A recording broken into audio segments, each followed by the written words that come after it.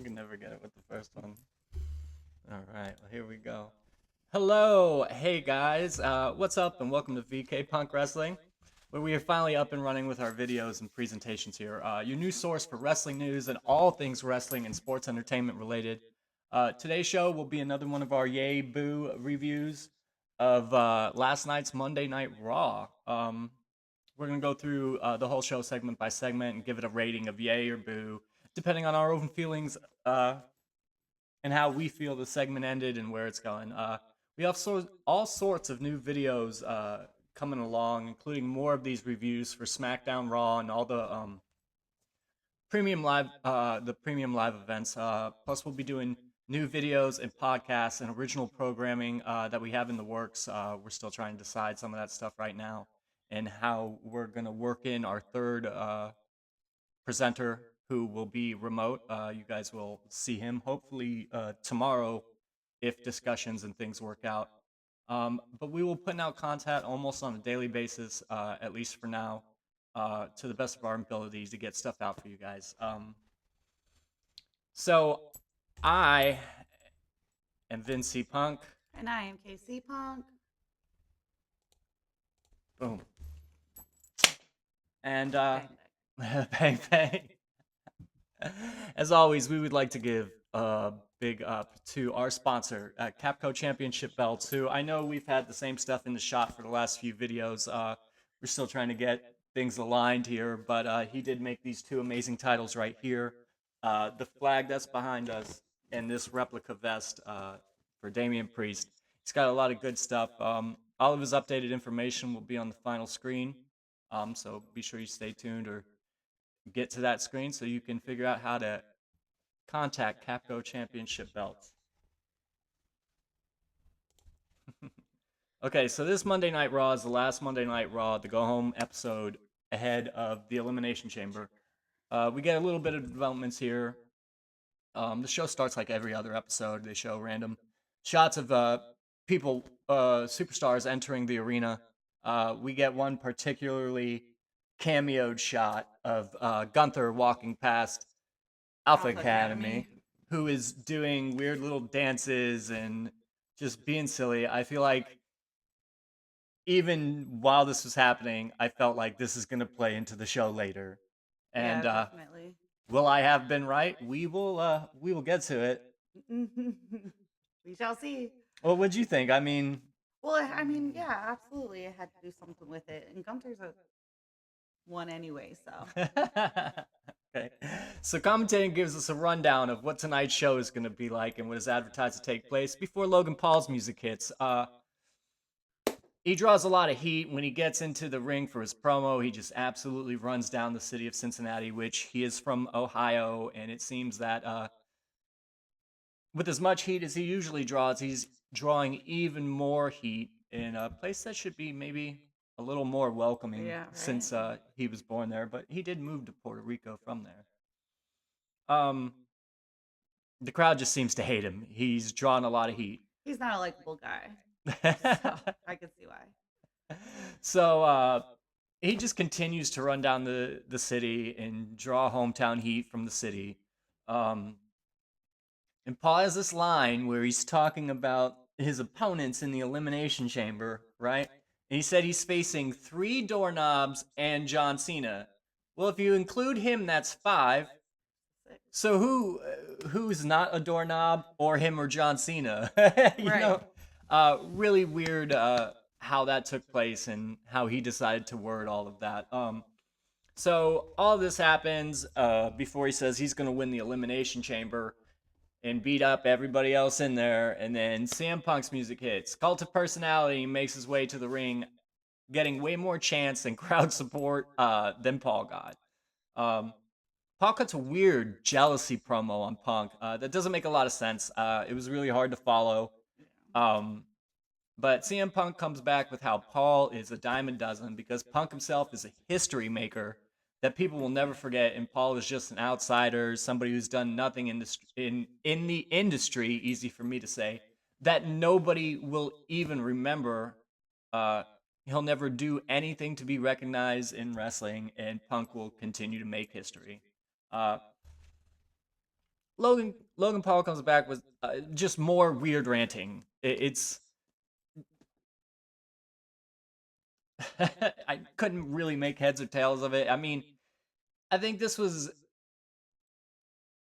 kind of a weird place to put Paul, but we'll get to that in a minute. And this just kind of ends with them face to face saying words off the microphone, and finally Logan Paul puts his hands up in the air and backs off, but not before uh, real vindictively slapping CM Punk in the mouth and then running away like the chicken S heel that he is.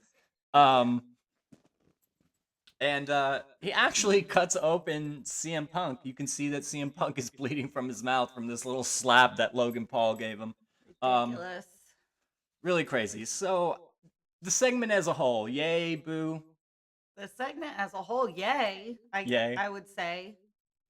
But we knew that CM Punk was gonna, take it for what it was. So. Well, yeah, and CM Punk's ended up on top a lot lately. I was just talking to a friend of ours online, and some of the stuff that he's commenting, and I think CM Punk is stale already. This good guy version of CM Punk. I think he needs to turn heel and make waves because he's just better that So way. he's supposed to be a good guy right now? Yeah, he's kind of in like this tweener anti-hero role, which but he's still a good guy.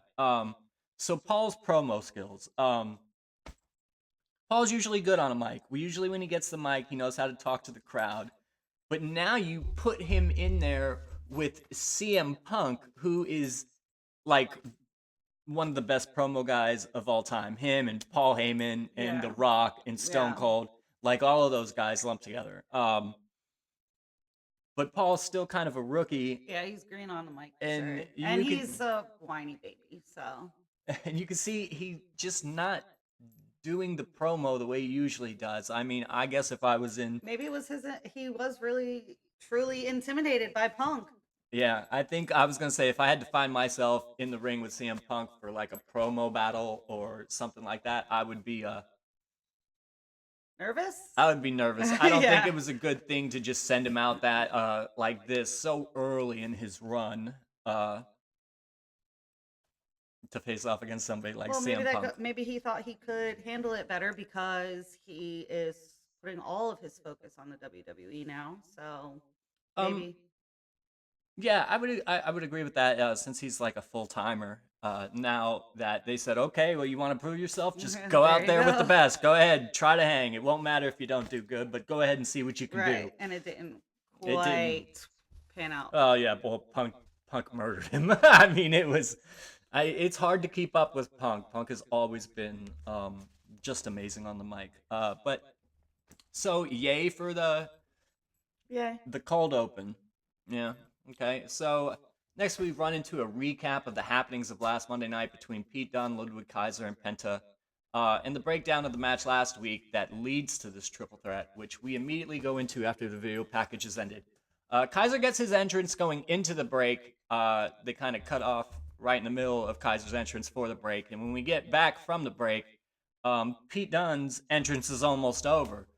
Penta's the only one to get his full entrance on TV. So I wonder who's going to win this match and who's being pushed more. Okay. So when this gets started, you get some normal triple threat, back and forth that you would usually see two guys at once until they push one out, and then and then the other guy jumps back in. Yeah. And this goes on for quite a little while. No one person of the match really seeming to get the upper hand for very long until Penta takes out both Kaiser and Dunne on the outside going into the break. And when we come back from the break, Penta's still on top, kind of has the upper hand here. After some brawling, Penta does this really cool spot where Pete Dunne is sitting on the top rope and Penta's on the outside apron. He jumps up over the rope, grabs Pete for a Hurricane Rana with his legs, and Hurricane Rana's Pete Dunne off the top rope into Kaiser. Really amazing spot. Yeah, definitely. I thought it was great. Okay, so let's see. And then topes all around when Pete Dunne and both Kaiser end up on the outside. They both get topes from Penta.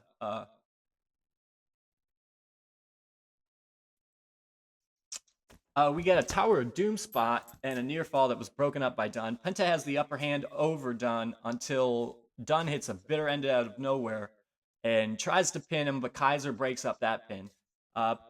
Pinter uses Dunne as a platform, right? He's in one corner. Dunne is kind of prone in the middle of the ring, and Kaiser standing on the other side. Penta runs, uses Pete Dunne as like a stepping stone. Like a springboard almost. Yeah. Yeah. And hits a destroyer, a Mexican destroyer on Kaiser. I mean, that spot was pretty cool. I mean, I think, are we going to start seeing a lot of destroyers now that Penta is in the WWE? He goes for the sacrifice on Kaiser where he's going to break his arm. And then, I'm sorry, on Dunne. And then Kaiser throws Penta out of the ring and actually steals the pinfall and wins the match. Back to what I was saying earlier about Penta getting his full intro. I wonder who was winning the match. Right. He actually did not win the match. Kaiser steal was won, and Kaiser gets a win, which is more than a little unusual. He seemed like he had like a hot run for a minute, but since then he's just kind of died down and been losing matches. So this win for Kaiser, I mean, the match itself exceeded my expectations. I fully expected Penta to win, but this is a nice curveball. And where does this story go from here? I don't know. Time will tell. I'll tell you what. I thought they were going to push Penta more too, so I was surprised when Kaiser took it. Well, Penta technically gets a loss here because he was in the match and didn't win. So the guy who wins gets the win, and the two guys who didn't win get the loss. Right. So Penta technically gets his first official loss here. And I think it's a little early into his run to have done that. But you want to keep him strong. But Kaiser winning this, and what I really think is that this match was spectacular. It was a good show. All three men in the ring, very seasoned wrestlers who are just good all the way around. I think what you do is, because Kaiser kind of stole the win from Penta, is you keep this feud going and blow it off at Mania, because their match tonight was just so amazing. Can you imagine the three of these guys getting like half an hour, 45 minutes to run a triple threat to maybe be like a number one contenders match for one of the mid-card titles or something? Okay, yeah. You know what I mean? And just giving these guys that much time to really do their thing with each other, I think would be pretty spectacular. Yeah, that makes sense. I mean, on that note, it would be a yay, huh? Yeah, I mean, yeah, this match was definitely a yay. A lot to like here, especially with the surprise win from Ludwig Kaiser. What a shout. Okay, so I mean, Penta loses and Kaiser wins, but Pete Dunne is just crap now. I mean, he's nothing. He's no good. He never wins. I don't know why, but I mean, as I've described in other videos, I'm a very big fan of Pete Dunne, and I don't really like where they've put him as far as somebody who used to be on top, and now he is just crap. He loses all of his hanging on by a thread. All of his all of his programs he loses. Okay. After that match, we get a John Cena video package that announces. The announce team says it's about his final Elimination Chamber match, but it really seems to be more about his last WrestleMania match and his record-breaking title reign. Barely talks about the Elimination Chamber and the whole thing.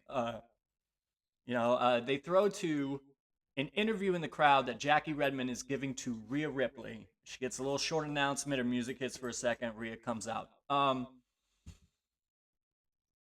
To talk about her match next week with Io Sky. Io Sky, or Rhea, says that she's going to win. They've faced each other a lot of times, but it hasn't been for the last 5 years since they faced each other last, and Rhea's changed a whole bunch, but Io has won every time, and out of nowhere, Io is just there. Like, she was there the whole time. First of all, the interview was in the crowd. How did she get to them so fast? And I mean, when they pulled back on the camera, she was literally just right there. Yeah, she had It was them. really, really weird. She of course says that she will defeat Rhea Ripley next week. And they get like this really cool like face-off image before we go on to the next segment, where we get the New Day at.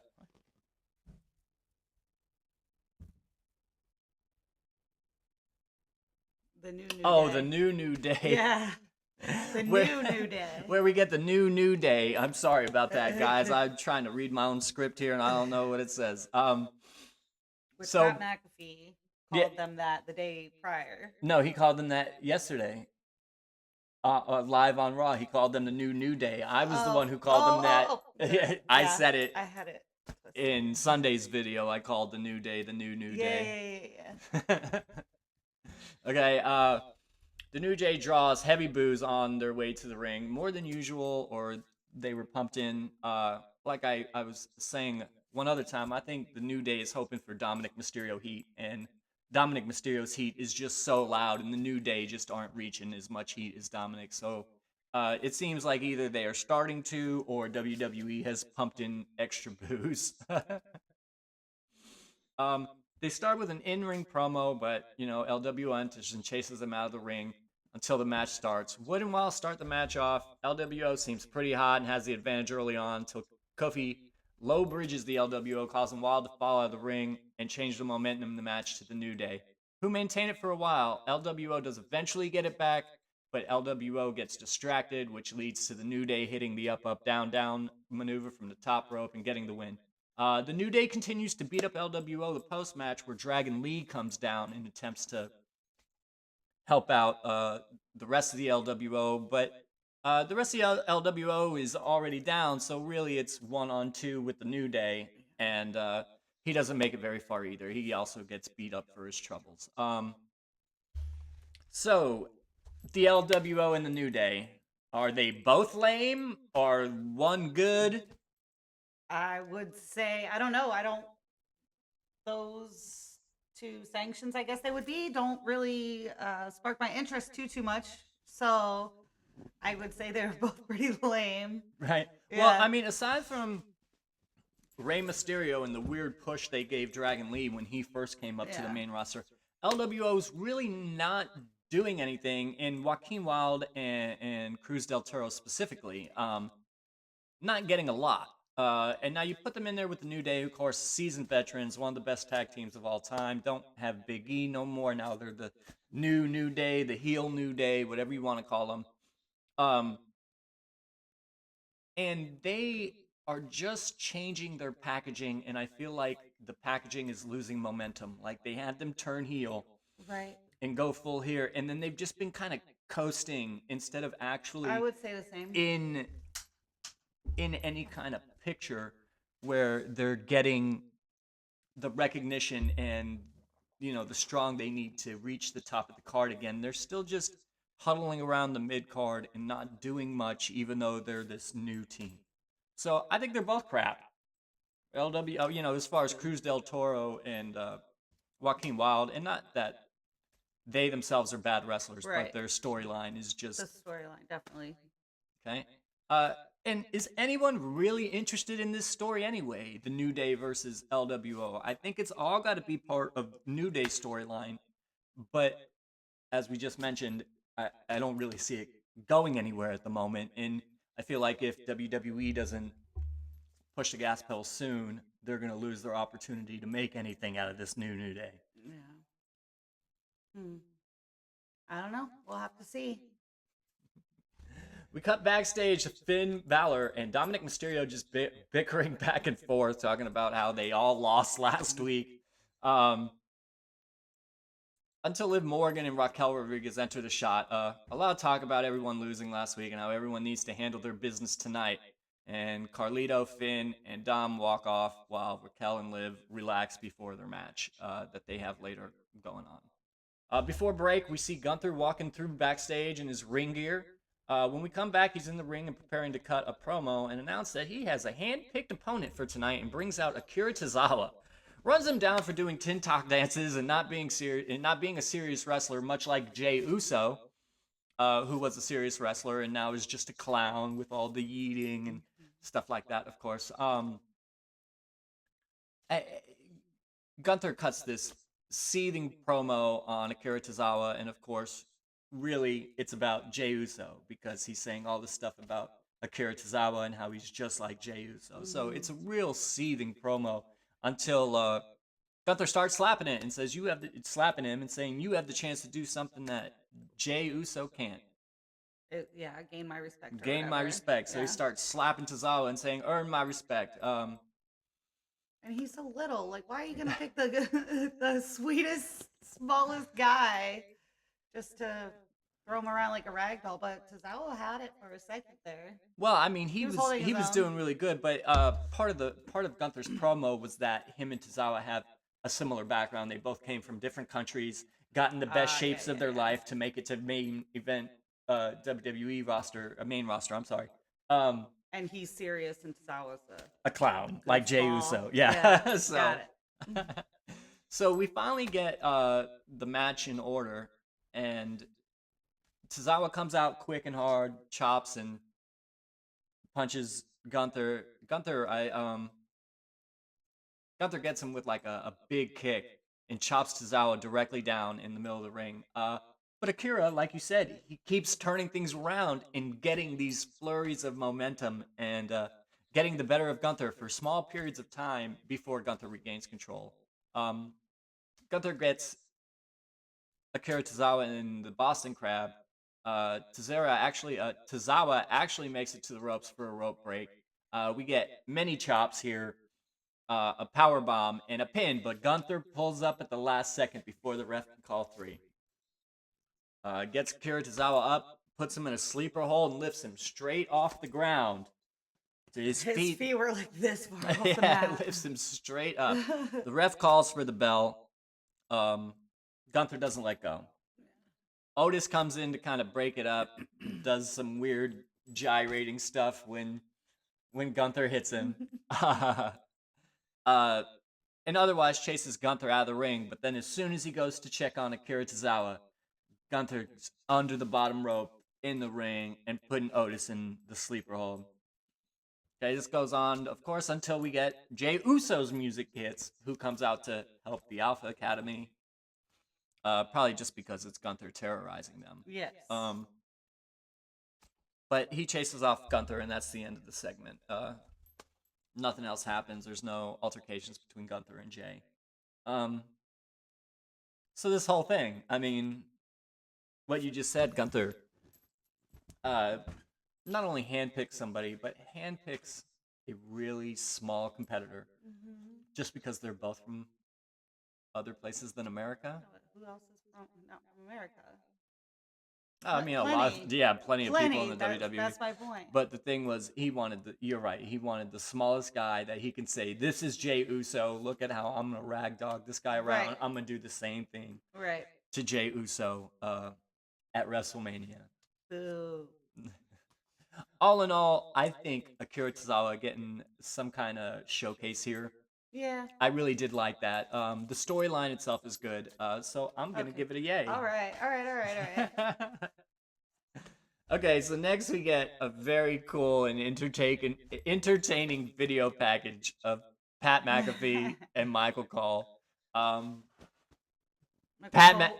Cole was on the Logan Paul show. Yeah, he was on the Logan Paul show. Yeah, but talk about Pat McAfee mostly. Well, yeah, they talk about how, they started and how they instantly clicked, but Pat McAfee was quick to point out, as other people I'm sure were. I never noticed it until it was pointed out on Monday Night Raw. I didn't notice it when I seen clips of the interview. I didn't notice it. I didn't watch the whole interview, but I didn't notice it at all when I was actually watching the interview in clips. But when Pat McAfee pointed it out, the buttons stretching, you could see through to Cole's stomach. Man, that really got me. These guys have such great chemistry together, and it was so funny.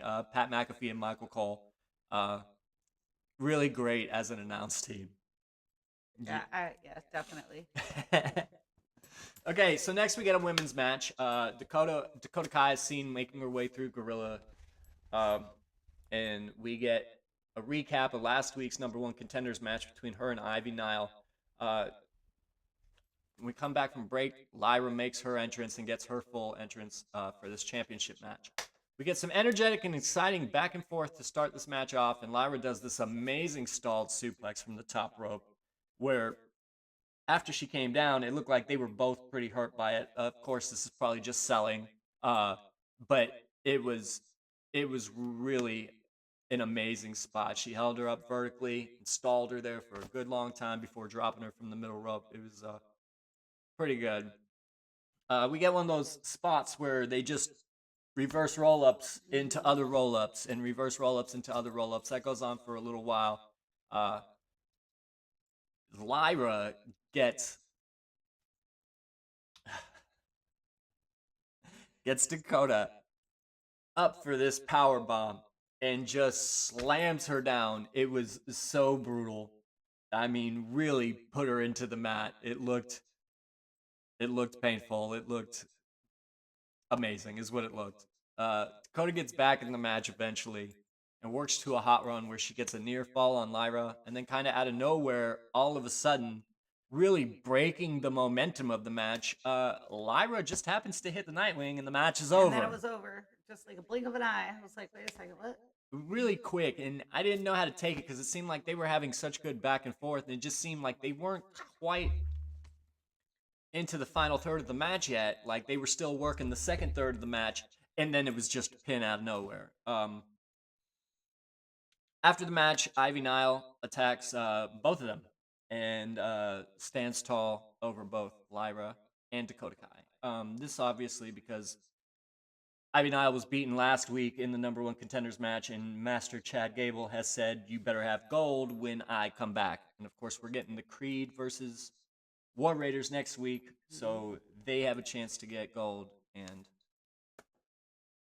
we're gonna have to discuss that. First of all, the match. Dakota Kai and Lyra. I mean, Except for the good abrupt ending. Yeah, good workers. Yeah, I but like that Lyra and Dakota. That abrupt ending. You're right. Other than that, this match was perfectly fine. Mm-hmm. Yeah, I agree. Okay, so yay, boo. Yay! I think the ending kind of killed the match. I mean, there was nothing wrong with the rest of it, but it just took like all the air out of the match. You know what I mean? Yeah. So I'm gonna say boo. Okay, we get a new Sammy interview, and this is to follow up on Kevin Owens' little video he made on Friday where he was standing outside Sami Zayn's house and could see him. Sami Zayn says he actually went to Kevin's house and Kevin's mom was there and they caught up. But more or less, that Sami Zayn doesn't recognize either him or Kevin Owens anymore. They're both become people that he doesn't understand who who who they are to him or who they are at all. They're both doing stuff that they wouldn't imagine. Sammy wouldn't imagine they would ever do to each other, including what he's doing to Kevin. He says, "I could never imagine myself doing these kind of things." Yeah, he said he can't even look at himself in the mirror. Yeah. But this betrayal, this specific one, is different from all the others because this time it's gone to a level where there's no apologies, there's no getting back. This is a war, and it's going to be their worst one yet. Their worst one yet, and they're in for it. Both of them are in for it.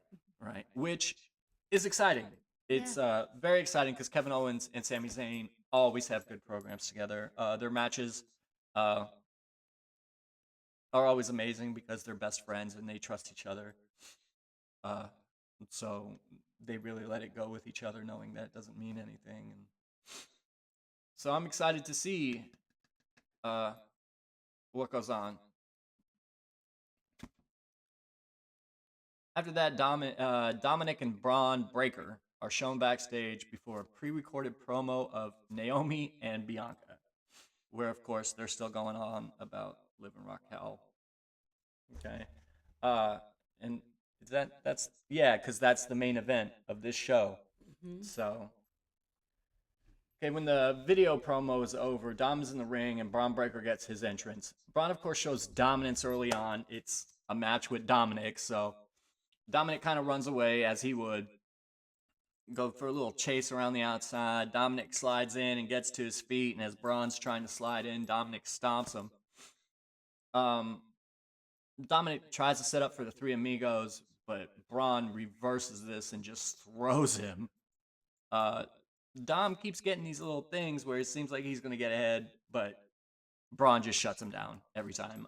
Dom trips up Braun, sets him up for 619, the 619, which he does land. He lands the 619, and he goes up top to do the frog splash, but Braun jumps up to the top rope and hits him with the Frankensteiner. Balor and Carlito get involved at this point, and the match gets thrown away. Disqualification. Braun wins. Uh, there's a bunch of skirmish between everybody in the ring. Braun kind of taking out people. And then Finn Balor tries to sneak in the ring, but Braun rolls over and just meets him face to face. And then he just kind of scoots himself back out of the ring and Scared. chooses discretion. Yeah. So I think that this is going to be the next feud for Breaker. It's probably going to be Breaker and Finn.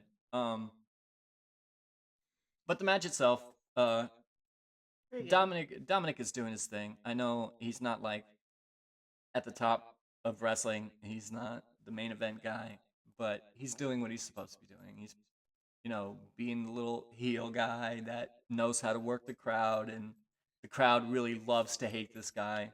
Yeah. But he's putting over the bigger stars. Bigger guy, yep. Mm-hmm. He's putting them over and making them look amazing. So, all in all, I'd have to give this segment in match a yay, a very emphatic yay. I'm looking forward to see what Braun Breaker does. I kind of thought he was going to follow in the footsteps of Gunther, but now we already have people at the top for the main championships, Cody and Gunther, and so he really doesn't have anything to chase down anymore, other than the title he's currently holding until one of them. He'll have to lose his title and then make a run for the world champion or the WWE championship. Okay, we get a recap of The Rock and Cody on SmackDown this past Friday. Right before American Made is seen backstage, where Kathy Kelly catches them and asks Ivy Nile about her actions earlier in the women's IC after the women's IC match. And she says that she will beat Lyra every week if she has to until she is given the chance to win the title, which Gable gave her very clear instructions on what was to happen while he was away doing the luchador tour, whatever it is. So here, this is actually when the War Raiders jump the Creed brothers, setting up their match for next week. Ivy Nile, you think anything? You think she's gonna? I think they're gonna have to give it to her at some point, but I don't think she should take it from Lyra. But I don't know. I still think, I think putting Ivy in next in line for the IC, or for the women's IC, is just somebody who can get beat. She really hasn't made a strong name for herself as a winner yet. No, Ivy. I mean, I like Ivy. I think she's got the look. She could play the part. She probably doesn't. Still pretty green when it comes to wrestling. Okay. Well, it's not her time then. Is that what you're saying? But yeah, so I don't think she's necessarily got like a winning push ahead of her. So you put her in the program with the IC title holder so that the IC title holder can get over. And I think it's important to light a fire under these championships and give them some prestige. And of course, so early into their infancy, if you just pass them around and hop his hay to them, it's not going to give the title itself much prestige, as saying if the first holder holds it for a while. Yeah, you know what I mean? And it has to be the fighting defender or whatever. Right. So then Cody makes his entrance for an in-ring promo addressing Friday Night and The Rock and The Rock's offer. He wants your soul. He says he's been around long enough to know exactly what was being offered to him, and watching his dad hustle the indies into his 60 to make ends meet, and Cody doesn't want that for him and his family. But then Seth Rollins interrupts. During his entrance, the crowd sings his song, so we got Cody and we got Seth Rollins. So the first part of that makes it seem like Cody is actually leaning towards The Rock's offer, right. to me, in my eyes. And then Seth comes in and is like, I don't want that for you, man. I'm your brother. Yeah, he's like, when the Rock even offered this to you, you should have slapped him in his face again. And the fact that you didn't slap him in his face is a slap in the face to me. Yeah. He says, Cody, what are you thinking, man? What are you thinking? And Seth ends the segment by telling Cody he's coming for him, but not for his soul. He wants his title. Yeah. What do you think? I mean, I feel like I mean, it could go either way. I have no idea. I'm still new at this too, so you tell me what you think. Okay, I think that this was a little like I don't know, medium convoluted. It's not so convoluted that you couldn't really understand it, but so why does Seth? I mean, the last time we were in the ring together is when we were teamed up fighting The Rock. Well, so what do you care what Cody does? Like, who cares? Let him make the deal with The Rock. Let him not make the deal with The Rock. Which, of course, Cody brings up later in the promo. And, oh, excuse me, guys. Sorry for that. It's probably because I have Messenger or something open. Oh, there's an update. But Cody says to him, don't forget, there was a time when you turned your back on the Shield and joined the Authority. Right, which I understand all of that, but wasn't that like way beforehand? Didn't that happen way before? And what Seth is saying is that just last year, just the year before that, I was there for you, blah, blah, blah. So all of that other stuff, I already made up for all that other stuff and was by your side doing blah, blah, blah this past couple of years to help you win that title. Mm-hmm. Right? Right. No, right. Okay. I mean, it's just a lot of branches to this tree. Right, and I don't know a lot of the branches, so. So I mean, it's a lot, but I definitely give the segment a yay, because I'm excited to see the Elimination Chamber. Even if I don't necessarily think that Seth is gonna win it, I don't know. I feel like he's definitely not like the top guy to win the match. I don't think he's voted top guy, but I can see him pulling off. He's the heist of the century when he did the Money in the Bank cash in. He has a history of pulling stuff off and getting what he wants in a way. So anyway, yay. Okay, we get another small Logan Paul video promo and another recap of the Jade, Bianca, Naomi, Liv, and Raquel story. Half the main event entrants are made before we cut backstage where Akira Tozawa's in medical. Jey Uso comes up and tells him he's got respect for what Tozawa did and congratulates him. Walking out, and then Jay runs into A-Town Down Under, where there's some smack talk about Jay's match with Gunther and all the Reddit and comments on social media that just simply thinks Jay can't do it. Jay just keeps not saying anything back and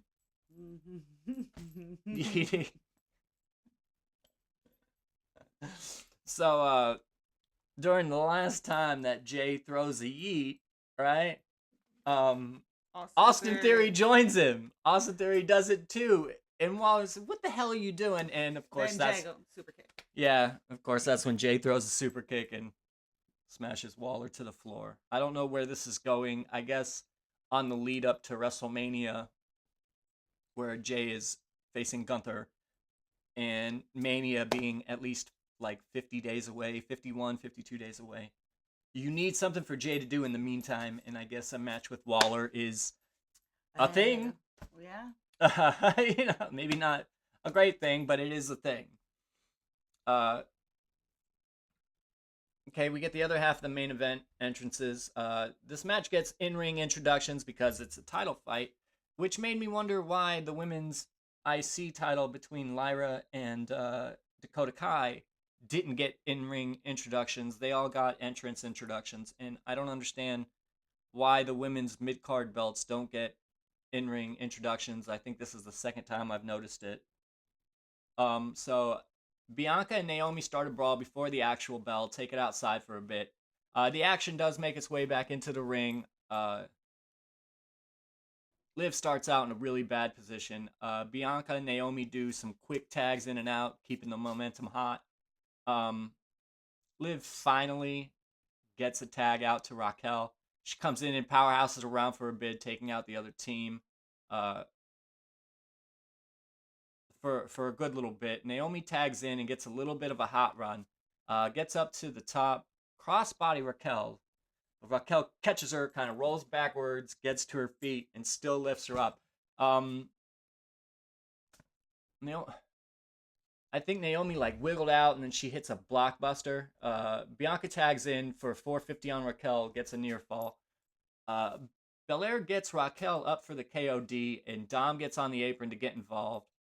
Raquel hits the Tejana bomb, and Liv follows up with the Oblivion into the pinfall, but it's broken up. All hell kind of breaks loose for a while, and everyone involved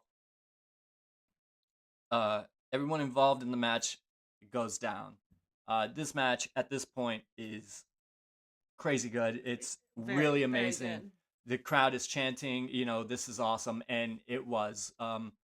Considering that sometimes the women's fights don't get this much attention, and now you got the crowd chanting, this is awesome.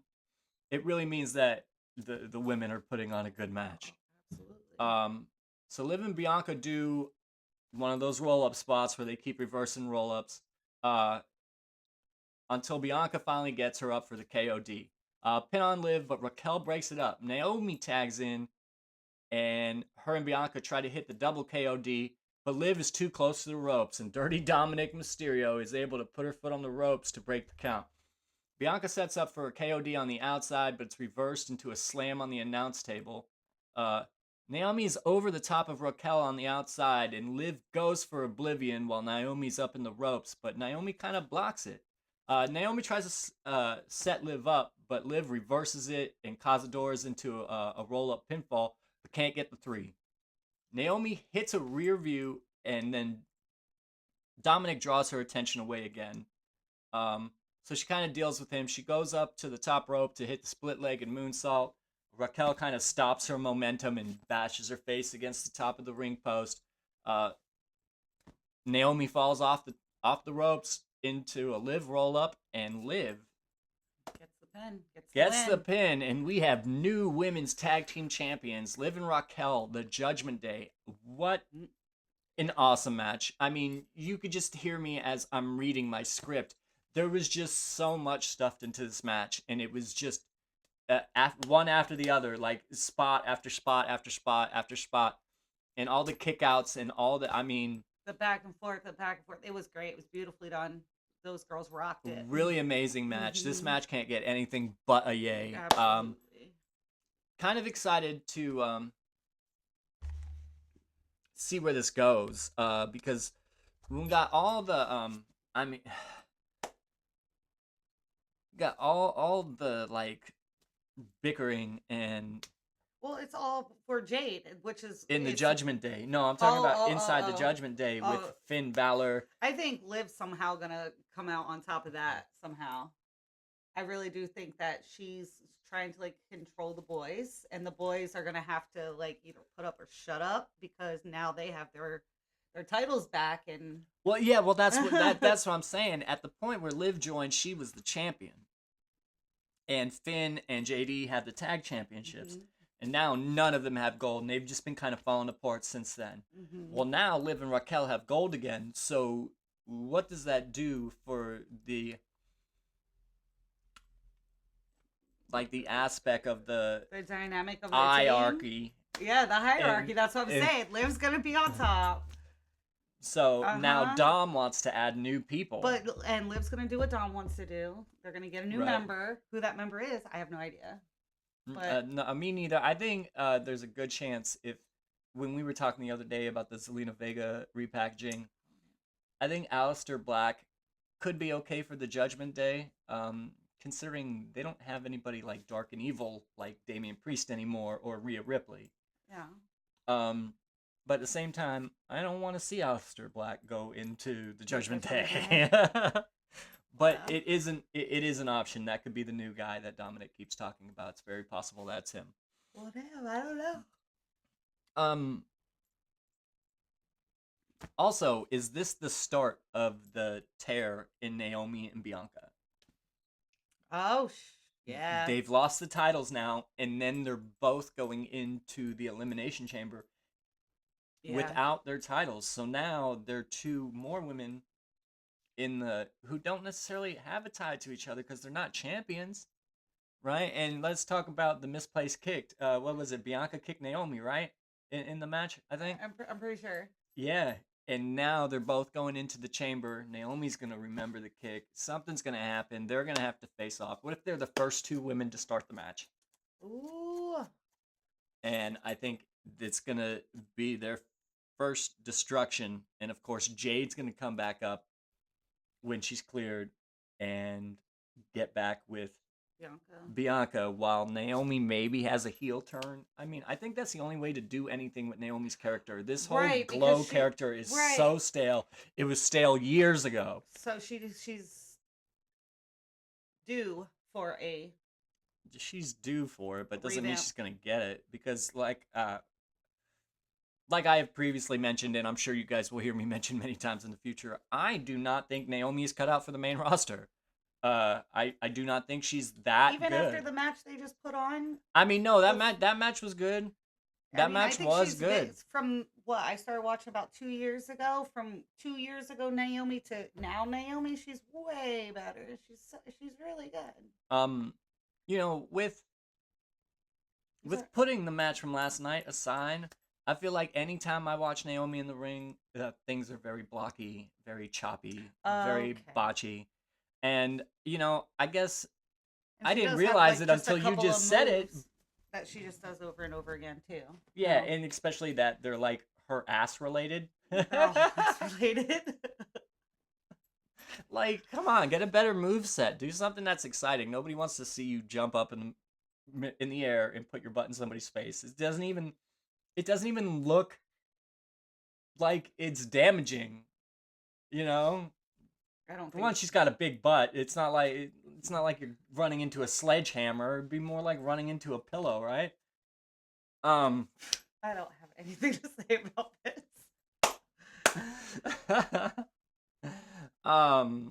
Man. So anyway, a good Raw overall. This going into, of course, the go home show on SmackDown for the Elimination Chamber on Saturday. You know, thanks for hanging out with us in this episode of Yay Boo. We'll be back hopefully tomorrow with some predictions and an introduction to our third personality if things work out properly and we're actually able to get him through. So that will be tomorrow's episode, and if we get the chance and everything works out properly, we'll there's only 4 matches listed on the card, so we could do predictions fairly quickly. We'll probably run down because there is such a limited number of matches on the card. We'll run down some questions like, who do you think will start the chamber, or what do you think the order of elimination will be, just in case there's a tie, so okay, that sounds fun. We'll do some cool little thing there as a tiebreaker, and of course that will determine the channel's very first champion. Let's go. It'll be a lot of fun. Before I get out of here, I just want to once again give a shout out to our sponsor, Capgo Championship Belts, who has been in on this since the inception, well better than a year ago, and we're finally just getting it out, and he has been with us the whole way. Of course, all of his information will be on our final graphic, and once again, I'm Vin C. Punk. I'm KC Punk. And this has been another amazing episode brought to you by VK Punk Wrestlings, and we the ones for wrestling content. You're cute.